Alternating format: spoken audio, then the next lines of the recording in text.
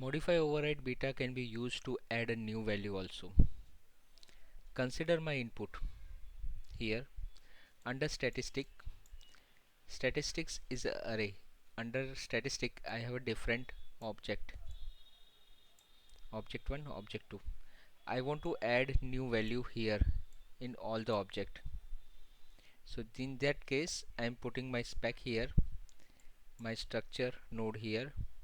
I am iterating over all the object using asterisk. Then I am saying that put this id 123 inside that particular node. Because I am using modify override beta, that means it will iterate over all the object and it will override. It will keep all remaining things same, but it will add one more because I am using override beta. So my output will be statistic, average will be same, and it has added a new value id 123.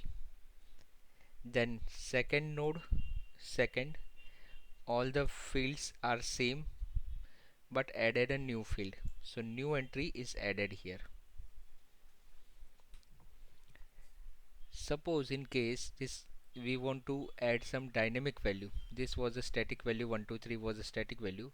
In case you want to pick some value from input itself and add it into a subnode or into a object in an array, so let's see that condition.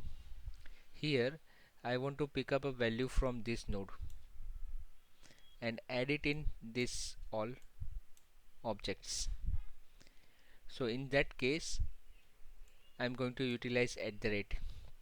So first going into field statistic, then asterisk means iterating over this all.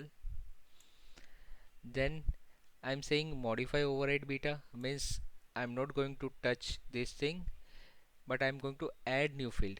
New field is named is valid. But what will be the value of that is valid? That I want to resolve using at the rate. At the rate I will say go above that pointer. My pointer is here right now. Go above pointer 3 level and look for a field name valid. Okay, so first level is object in array. This is the object first level. Second level is statistic. Third level is this root. So it will go on this root and look for a value valid.